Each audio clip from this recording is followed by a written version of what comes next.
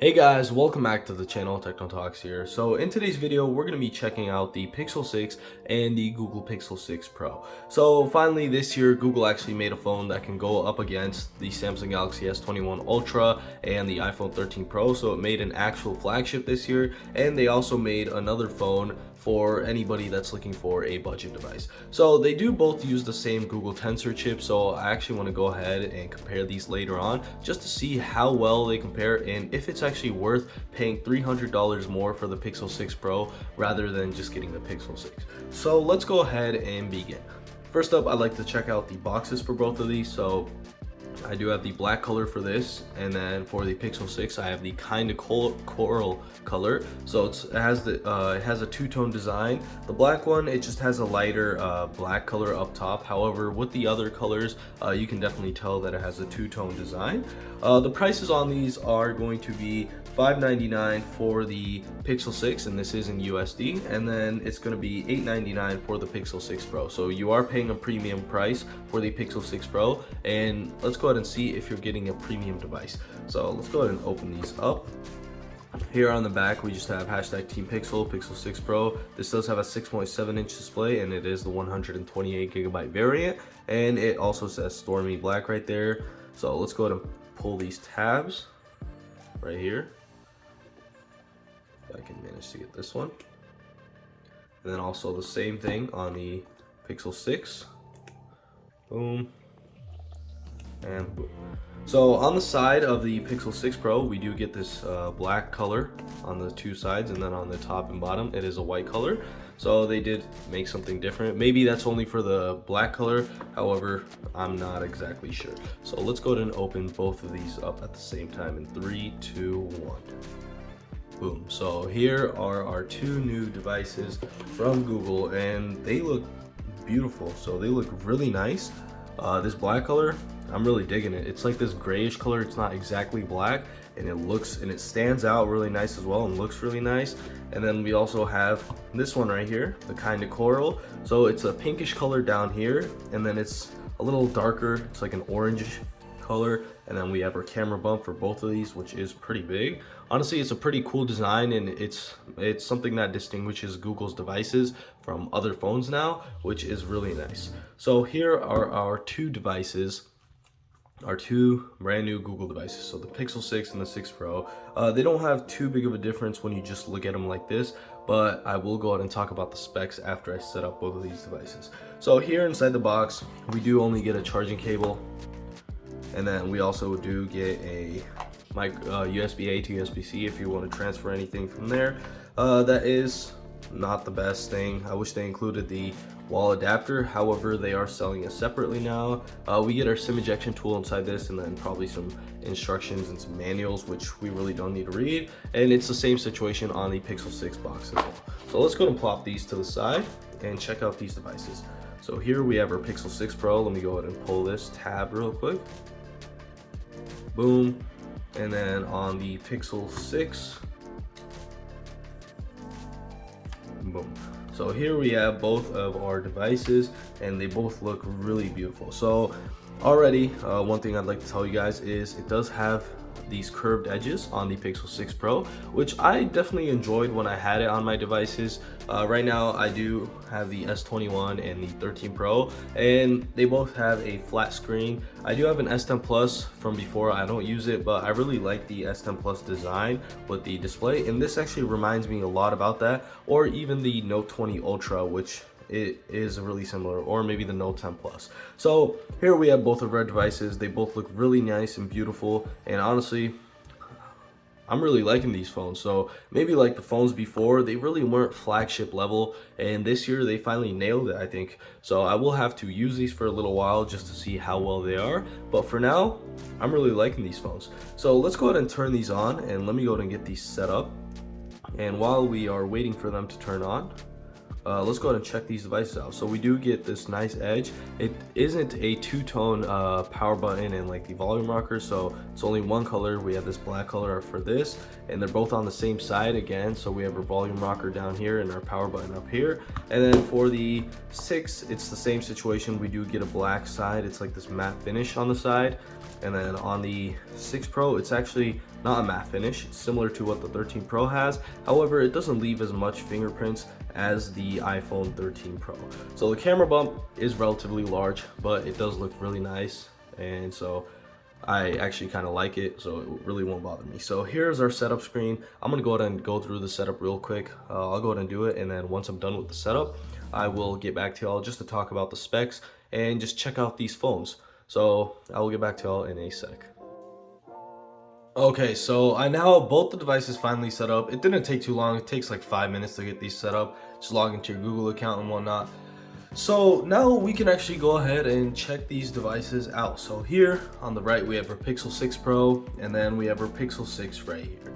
So first up, biometrics. These both have a fingerprint scanner, under display fingerprint scanner, and that's basically about it. So no face unlock, no 2D face unlock or anything, but we do get a fingerprint scanner, and it works relatively fast. So here I'll go ahead and show you as an example. Boom. And let's close it. Boom. So it's not the fastest, but it still works pretty well, and I'm totally fine with it. So they both use the same fingerprint sensor on both the devices. And price wise, I already told you guys, but I'll go ahead and let you guys know again. $899 for the Pixel 6 Pro and $599 for the Pixel 6. So the 6 Pro is around $300. It costs $300 more, and I'm not sure if it's actually worth it. If you should go for the Pixel 6 or the 6 Pro. I will be making a comparison video later on after I get to use these devices for a couple of days. But for now, those are the prices right there. So the designs are pretty similar. The 6 Pro does have a slightly larger display. It has a 6.7-inch display compared to the 6.4-inch display on the 6. So the 6 Pro is a tad bit larger. However, when holding it in your hand, it does seem a little thinner. And it kind of is. So if I put these on top of each other, so here's my Pixel 6, and if I put the 6 Pro right here, the 6 is actually a tad bit thicker. However, with the edges curved, you don't really notice that. So the 6 is a little shorter, and the 6 Pro is just a tad bit thicker. So not too big of a difference in dimensions. However, the display, this one right here, is a lot better. You get a really nice Quad HD Plus display. It's 120 Hertz, and it goes all around.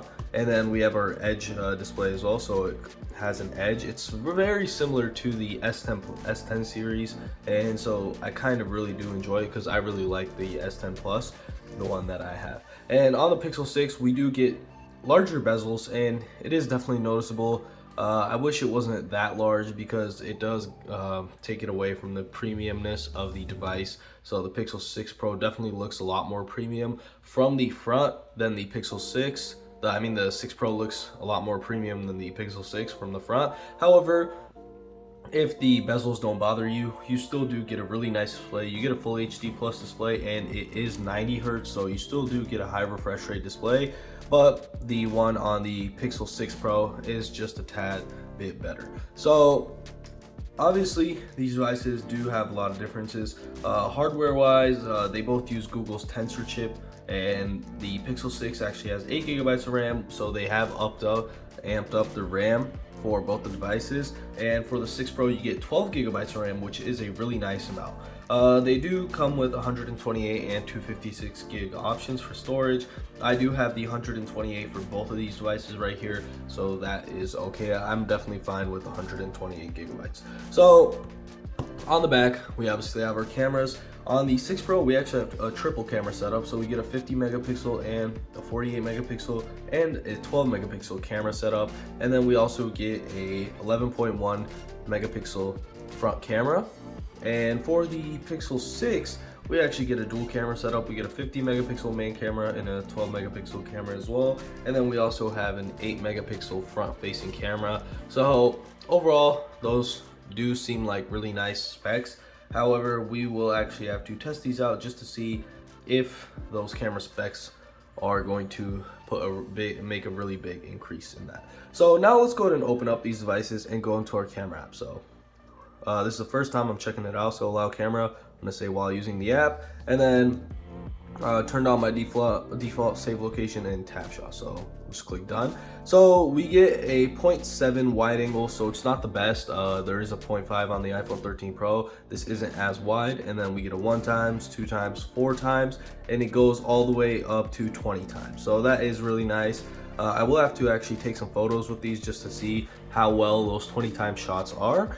We also do get these color temperature things, these settings on the side, and then we get a brightness setting, and then we also get the shadow setting, so just to check out the shadows, which is nice as well. So we do get a lot of accessibility from the main screen of the photo. And then in our settings, we can see top shot is off right now, timer is off, full image 4:3. We have a wide crop 16:9 as well, and that's basically about it with these settings right here, the ones you can access quickly. More settings, we have save location, camera sounds, Google Lens suggestions, gestures, frequent faces, we can turn that on if you want. And then we also get our framing hints, grid type, white balance, exposure, whatnot, camera photo resolution. I'm gonna go ahead and go with full resolution, and then save selfie as previewed, so however it looks on your display. I generally do like to keep that on because it mirrors it if you don't turn that on, which is kind of annoying. Video stabilization and audio zoom. So zooming in on an object boosts sounds and reduces background noise. So if I go ahead and zoom into someone's face, I guess, and if they're speaking, it'll focus on their voice, which is really nice to know. So we also got another thing, so try camera shortcuts. If you press the power button twice, it opens up the camera. I already knew that, it's not a new thing. Video settings, we get a normal, slow motion, and then you can also choose how slow, and we also get a time-lapse mode, and you can also choose that as well. So video settings, let's go ahead and check out our quality. So we get 4K at 60 FPS, which is nice to know, and then you can also do full HD 60, 4K, and then for the full HD you can also do auto, so it can change the frame rate based on what you're recording. I'm gonna go ahead and go with 4K 60. And for the camera, for the front facing camera, let's go ahead and check out some settings as well. We do get 4K, however it is limited at 30 FPS. Selfie illumination, that's just if you're in a dark area, and then speech enhancement, you can turn this on as well, but I'm going to keep that turned on. So we get a lot of things with this camera, which is really nice. I'm going to go to our camera for the front facing, and overall you do get a lot of settings again. So face retouching, top shot, timer, and then you can also change into a wide crop 16:9 and a 4:3, and then we also get the touching, the settings, so smooth, subtle, and then off. So let me go ahead and take a quick selfie, and let's go ahead and actually check this out. So it does some stuff, and overall it looks pretty nice, pretty detailed. I will have to take some more photos just to see how well it looks, but for now that is just a quick image that I just went ahead and took. So we do get portrait mode, motion, so when you're holding the camera onto something, it'll actually look at it and it focuses on the moving object and it adds a blur in the background. And then long exposure, if you've seen any of those photos where people go on top of like a bridge on a highway and take photos of like the cars there, and it looks like they're all just blurred out and they're just light, so they just look like blurred out light zones, like this one right here. That's what that basically does, so that's really nice that we get this. And again, I will have to test all this out. We get our night sight, we can do 0.7, and then if we flip it around, we can also zoom in and whatnot. So a lot of settings. We do get some more modes, so photosphere, panoramic mode, and we get our Google Lens, which is really nice, where you can actually go ahead and translate some stuff, which is nice to know when you're on the move. So let's go to our settings now. So we get some network, battery. So we do get a larger battery this year. We get a 5,000 milliamp hour battery with the Pixel 6 Pro. And for the Pixel 6, I believe it was 4,600. I will have to double check real quick. So we do get a 4,600 milliamp hour battery with the Pixel 6, and we do get a 5,000 milliamp hour battery with the Pixel 6 Pro. So I have actually watched some battery tests, and the Pixel 6 Pro does pretty well for this device, and this will definitely last you the whole day. So battery share is going to be when I turn it on. I can go ahead and plop this down, and I can plop the 6 on top of it, and it is wirelessly charging the Pixel 6 with the 6 Pro. So it's really nice that Google has this. I believe they had it with the Pixel 5 as well, and you can go ahead and charge your earbuds, your smartwatch or whatnot, and it'll basically be a battery source for other devices. So let's go ahead and turn that off. We get battery percentage, which I will definitely want to show.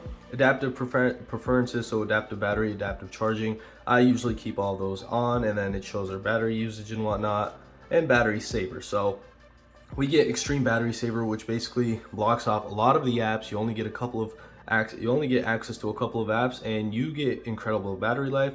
I've never had to turn it, use it, and so I'm not going to be using it. And then we also have our normal battery saver. So those are some of our battery settings. Display. So we get, I believe we have dark theme on right now. So I'm gonna go ahead and schedule this from sunset to sunrise. So it should actually, yep. So this is our light mode, and then we also have dark mode. Brightness level we can change from here. I'll go ahead and bring it down a tad bit. Adaptive brightness, and then we have lock screen, some privacy, now playing and whatnot. So all those normal settings. Screen timeout, I'm definitely going to be keeping this at 30 minutes. And also screen attention. So if you're looking at the screen, it'll not turn off. Dark theme, again, we have it. If we want it, we can turn it off again if we don't want it. So font size, we can change those. Display size, you're able to change how large everything looks. I'll keep it at the normal setting for now. Let's go ahead and bring up the brightness a little. And then we have our colors. So our colors are adaptive. You can do natural, you can do boosted, and you can do adaptive. I generally keep it on adaptive on a Pixel device. Night light, you can turn this on. It'll take away the blue light, blue colors, and it'll be like a blue light filter. Smooth display, so this is our settings for the 120 Hz. So automatically raises the refresh rate from 60 up to 120 for some content, increases battery usage. So that is our 120 Hz display, and I'm gonna go ahead and keep it on, obviously. Increased touch sensitivity and all those other things. So we get a lot of settings. We get wallpapers and style, so we get these wallpaper colors. We can change the themes and whatnot. We can turn on dark theme, themed icons, app grid. You can change everything from this little setting. And then security, privacy, location, passwords, and account. So this device is on Android 12. So let me go to system updates. Okay, so let's go to about phone. And we are on Android version 12. So we're actually on Android version 12. And we get this nice little clock on Android 12, and so that is basically about it. We get the newest update with the Pixel 6 and the 6 Pro. And overall, my first impressions, these devices look great, they feel great, and would I recommend these so far? I haven't actually gotten to test them out a lot. This is my first day with these devices, so I can't really say too much, but from my first impressions, these look like a great pair of devices. So all the same settings go for the Pixel 6 as well, other than some camera settings, since we don't have all 3 sensors, and then also it is only 90 Hz compared to 120 Hz. So that's basically going to be wrapping it up for this video. If you enjoyed this video, make sure to like and subscribe, and see you in the next one.